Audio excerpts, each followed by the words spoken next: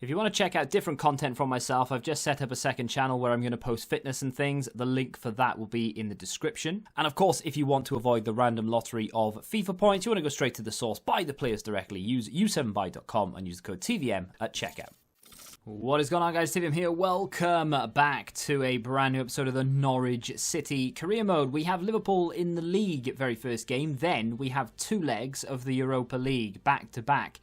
The Liverpool team is so much different than that of the real Liverpool team. I'm resting a couple of players here or there. As you can see, Bashiri is in the back. A lot of people won't know who Bashiri is. To be fair, you'd be forgiven because I wasn't really that sure until the beginning of the season. He's just a youth player that sort of appeared. I don't really remember him being part of the team when I first took over Norwich. He just sort of showed up from somewhere. Either way, he's around 70 rated. He's still young. And he is keen for first team football. He's not terrible, to be fair. He did particularly well in this game. So, you never know. I might, maybe, perhaps, decide to play him a little bit more, especially in the league, if we can progress in the Europa League. Because with that is the only cup competition we're left in. We've been dumped out of the FA Cup and the League Cup, so we desperately need to do well in the Europa League, because the league is looking a little bit bleak. As is that effort from Rafael Leao, one-on-one, top goal scorer in Europe right now, and he somehow managed to miss the target. It's not even that Alisson made a save, he's literally missed the target. From there, manager can't believe it, neither can I. Liverpool pressing, good defending by Bashiri at the back, plays it out to Kubo. We've got a 12 situation going on. Gedson Fernandez brings it forward, plays it into Barco. Look at the overlap here. It's Jonathan David through to Kubo's made a good run down that right-hand side. Drills it across, and how has Barco missed from there? What is going on? It's almost like the game is fixed. The Norwich City players have taken bribes from Jurgen Klopp. Gedson Fernandez down the right-hand side just before the break, looking to play the ball across. Does this time Barco doesn't miss, and of all the body parts to score with, the shortest man to ever play in a Norwich City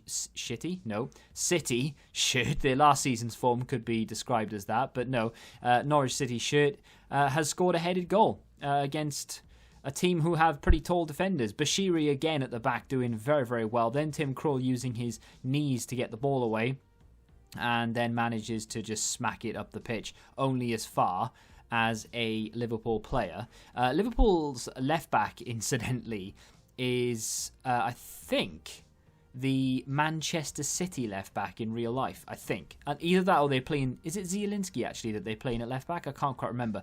I was playing it yesterday, and I was looking, and every time I attacked, I couldn't quite get his name. And then I kind of forgot. If it's Zielinski, of course, I know that that's the Napoli centre-mid.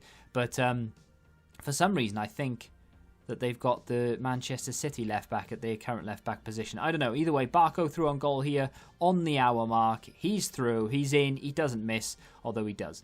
And unfortunately, we don't get any more goals. But we do run out 1-0 winners. 3 points to 3 points. Doesn't matter if you score 57 goals or 1 goal in a game. So long as your opponent doesn't score more, you are going to walk away with 3 points. Apparently, that's how football works. So there we go. 3 points away from home. And now, back-to-back legs in the Europa League against what is a pretty difficult opponent, Villarreal. They've got a decent-looking team. It's not as good as... Well, maybe it is as good as they are in real life. I'm not sure. There's a lot of good teams in the Europa League, by the way. Liverpool, Napoli, Chelsea, Lazio. That's just on the opposite side. But look at this for a team. They've got Nathan Ake. They've got Soucek. They've got McTominay from Manchester United. Paco Alcácer up front. I mean, that's a good team. It is a good team. I think their team in real life is maybe a little bit better now with Parejo and what's his name? Is it Coquelin? Maybe? I can't remember. Either way, their team in real life is good. Bashiri keeps his place. Why does Bashiri keep his place? Well, A, he played very well against Liverpool, and B, for some reason, Bella Kotchap is fatigued, like tremendously fatigued for some reason. Godfrey could have played, but he's not in a very good mood at the moment, so didn't particularly want to play him. Could have played the ball across to Gedson Fernandez, who was arriving late into the... I think it was Gedson Fernandez, or was it Sarr? I can't remember which ones has which boots on, but either way, could have played it across. Just saw his name in lights, Rafael Leao, went for goal, and it was a wasted opportunity. There is a ball into Rafael Leao, little ball to Jonathan David, back to Leao. Can it come back? No, it goes across the goalkeeper, and it's a fantastic finish. That is such a good finish. Low driven. Don't often score those because I don't often try them, but that is a great goal to put us 1-0 up away from home in the Europa League against Villarreal. A very good team that, let's be honest, in real life, if Norwich played Villarreal, there would be absolutely no competition whatsoever, and Villarreal would run out winners. But good football from Sarr on the left to send the defender completely the wrong way. Tries to play the ball across to Barco. Doesn't really come to anything. The game finishes 1-0. This is a little bit of deja vu. It happened against Club Brugge. It's happening again. We were 1-0 up. We went into the second leg, and then Club Brugge all of a sudden turned it on. They scored in the first 10 minutes, caused us problems, and from then on, it wasn't a very easy game. And there was a little bit of toing and froing, and Bella Kotchap comes back in. Chevalier back from injury, would you believe? Gilmour comes in as well. Gilmour has, I think, only scored once for us in his entire career at Norwich. So it'll be interesting to see how he gets on in this game. The team for Villarreal is unchanged. Is that Torreira as in Arsenal's Torreira as well? Not quite sure. Either way, good-looking Villarreal team.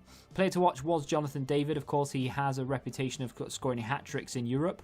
So, of course, the commentary team were talking about him. What they weren't talking about is what Club Brugge did to us in the first 10 minutes of the last game that we played in the Europa League return leg. Because Villarreal are about to do to us what Club Brugge did to us. They have scored in the first 10 minutes of the game. Well, well, well. Would you believe it? Who had money on it? I did. Soucek comes forward, plays it into Pedreza, back to Soucek, into McTominay. They're knocking it around so well. Here is Paco Alcacer, back into McTominay, who waits and waits, finds a gap for Torreira, and it nearly went in, to the point where I started thinking to myself, this could actually be where we get dumped out. That would be a massive problem, of course, because the only chance we have of winning any silverware is going to come in this competition now, because we can't win the league, really, unless Manchester City go on the worst run in the history of runs. Our mark. Ball thrown out to Jamal Lewis. He's down this left-hand side, waiting for the run of Barco. He sent Barco on a run. Barco is sort of running more into the middle. Then he comes back into Jonathan David. Overlapping run for Gilmour. Would you believe it? Billy Gilmour has just scored to make it 1-1 on the night, 2-1 on aggregate, and that will be enough to put us through, so long as Villarreal don't run up the other end from kickoff and score a goal. And would you believe it? They didn't. We managed to beat Villarreal 2-1 on aggregate, 1-1 on the night. Billy Gilmour scoring just his second goal in a Norwich City shirt. He doesn't get many. There we go. Lyon are through. Arsenal are out. Milan go through. Real Betis have beaten Roma on aggregate, so they go through as well. That is the one set of the 8 teams. And then the next set, very briefly, just to show you that Hoffenheim are... Are Hoffenheim through, or is that 7-5? I can't read it. It's too blurry. Chelsea are through.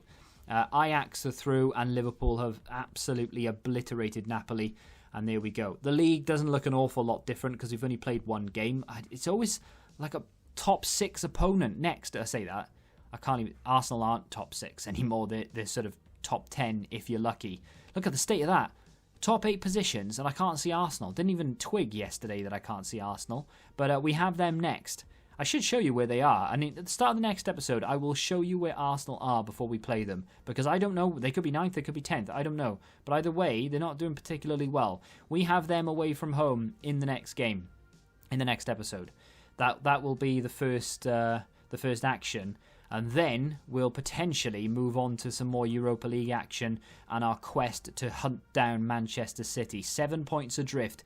Stranger things have happened, but with the amount of goals they've conceded this season, it just doesn't look likely. If you have enjoyed this episode, do me a favour and hit that like button, subscribe to the channel for new, of course, and until the next time, goodbye. Football Index. The game changed. Download the app now.